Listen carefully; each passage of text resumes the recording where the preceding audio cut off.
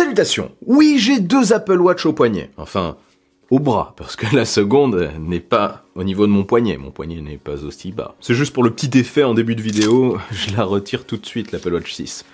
Je ne garde que la 7. Je suis donc passé à l'Apple Watch 7 la semaine dernière, après 1 an sur l'Apple Watch 6. J'ai utilisé aussi précédemment l'Apple Watch 5 et l'Apple Watch 4, qui sont dans le même format que l'Apple Watch 6, tout simplement, et ça m'a permis de voir vraiment l'évolution progressive du produit. Certaines de ces mises à jour m'ont plus marqué que d'autres, certaines ne m'ont pas spécialement marqué, mais bon, ça n'a jamais été stupéfiant. La dernière grosse mise à jour impressionnante, en fait, entre guillemets impressionnante, ça a été de l'Apple Watch 3 à l'Apple Watch 4, parce qu'on a eu un changement de design, l'arrivée d'un nouvel écran plus grand à angles arrondis, et des nouveaux capteurs, dont notamment le fameux électrocardiogramme. Donc là, il y avait vraiment un fossé entre les deux. Alors ici, la nouvelle génération d'Apple Watch est arrivée, l'Apple Watch 7. Le changement est-il si marquant que ça ?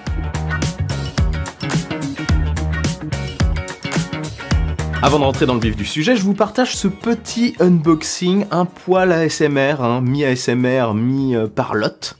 C'est parti.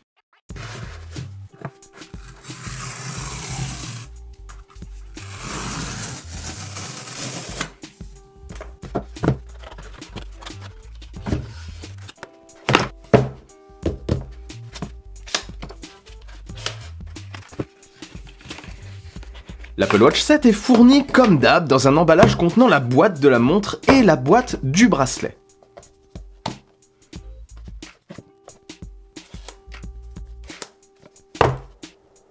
Dans la boîte de la montre, on a la watch dans une petite housse cartonnée, où il n'y a plus de plastique dans l'emballage, ni autour d'ailleurs. On a aussi les manuels d'utilisation,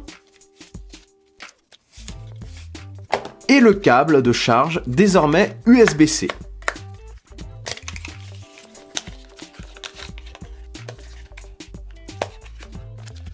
Le chargeur a désormais une zone alu, argent, comme le chargeur MagSafe des iPhones, et il permet une charge plus rapide pour l'Apple Watch 7, j'en parle un peu plus loin.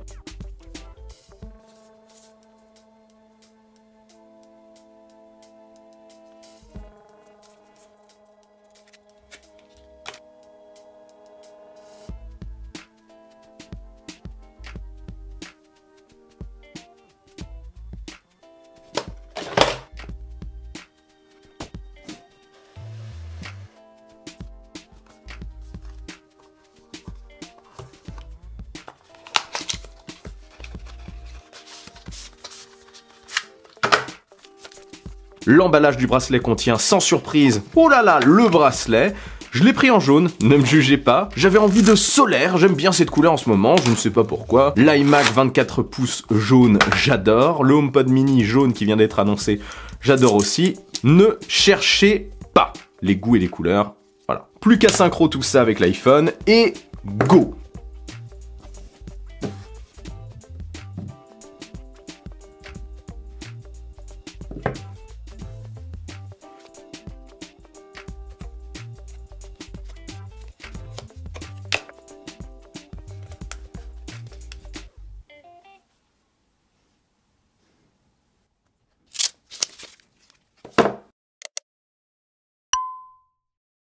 Alors, changement marquant, je ne dirais pas ça, non. L'Apple Watch 7, c'est pas celle qu'on attendait. Parce que oui, des problèmes de production auraient, comme je vous l'ai dit dans une précédente vidéo, poussé Apple à revoir ses plans un petit peu, on va dire, à la dernière minute, enfin, voilà, à la dernière minute pour une entreprise comme ça. Donc, pas de grosses nouveautés côté capteur, pas de grosses nouveautés côté puissance, et surtout pas de vrai nouveau design. On attendait en effet un modèle avec un design totalement revu, avec des bordures droites autour de l'écran, enfin autour du châssis, comme sur les iPhones et les iPads. Et bien sûr, un écran plus grand. L'écran plus grand, bon, on l'a eu. Heureusement. En fait, c'est le vrai changement marquant de cette nouvelle Apple Watch. Oui, il y a aussi des petits détails esthétiques. Côté son, la zone des haut-parleurs a été revue. Maintenant, c'est une barre longue. Avant, il y avait 2 petites barres. Le boîtier en lui-même est aussi un peu plus grand qu'avant, sans que ce soit réellement marquant ni choquant en usage quotidien.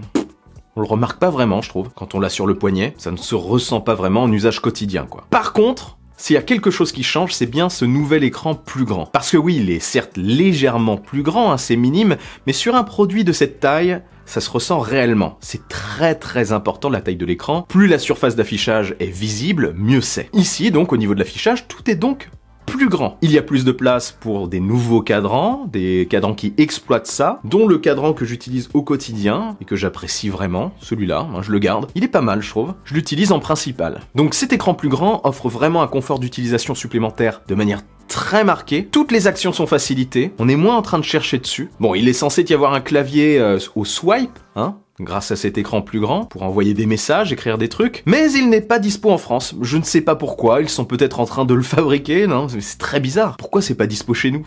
C'est chelou. C'est vraiment mystérieux, ça. Je me demande vraiment pourquoi. Si quelqu'un le sait, dites-moi ça en commentaire. Qu'est-ce qu'ils font? Oui, bon, je sais, on peut l'activer grâce à une petite manip, mais bon, c'est pas optimal et ça reste un clavier intelligent US. Donc les mots qui vous seront proposés seront plutôt anglophones, donc c'est pas spécialement pratique. Non, vraiment, moi j'attends une vraie solution définitive pour me faire un avis. Un avis en usage quotidien, forcément. J'en parlerai, quoi qu'il en soit, dans une future vidéo de retour d'expérience après X mois. J'aime bien faire ça tous les ans, hein. Une utilisation sur le long terme, avec différentes activités. J'irai un peu plus loin dans ce test. L'autre nouveauté, c'est la charge rapide. C'est vraiment plaisant au quotidien. J'en parlais d'ailleurs dans ma vidéo sur l'Apple Watch 6 en milieu d'année. Là maintenant, je peux taper une petite charge rapide qui remet ma montre à 100% lorsque je me prépare, par exemple le matin, parce que oui, je dors avec la montre. Je l'utilise vraiment H24. J'adore notamment le petit réveil silencieux, les petites tapes sur le poignet.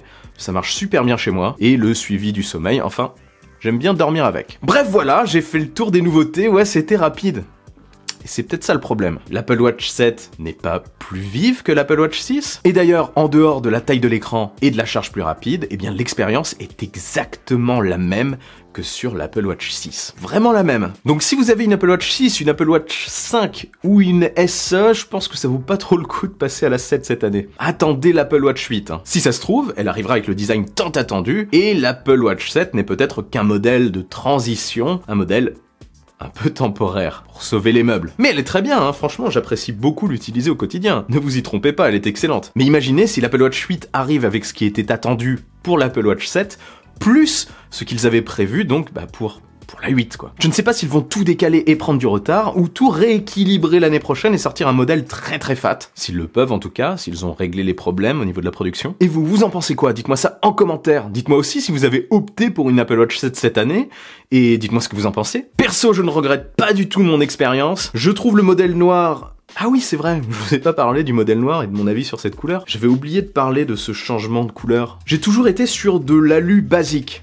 hein, le modèle argent. Et le passage à la couleur minuit, donc c'est un modèle noir mat, vraiment joli je trouve, et bien franchement ça accentue l'impression de changer de modèle là pour le coup. J'aime beaucoup, mon cerveau s'était habitué sur plusieurs années au modèle alu argent, du coup ça accentue l'impression d'avoir une nouvelle génération pour moi. En tout cas, ouais, j'aime beaucoup cette couleur, hein. Franchement, c'est très sympa. Et avec un bracelet en cuir, regardez, je trouve que ça claque vraiment. Après, bien sûr, ce n'est qu'une question de goût tout ça, hein. Faites ce que vous voulez. Faudrait que je teste d'ailleurs avec un bracelet noir. On verra ça prochainement. Allez, si vous êtes intéressé par une Apple Watch, quelle qu'elle soit, ou par un bracelet d'Apple Watch, comme d'habitude, je glisse des liens dans la description. Et avant de partir, n'oubliez surtout pas le bon pouce en l'air qui claque. Suivez-moi aussi sur Twitter, sur Insta. Allez, vive la technologie, vive le futur, et surtout, n'arrêtez jamais de rêver.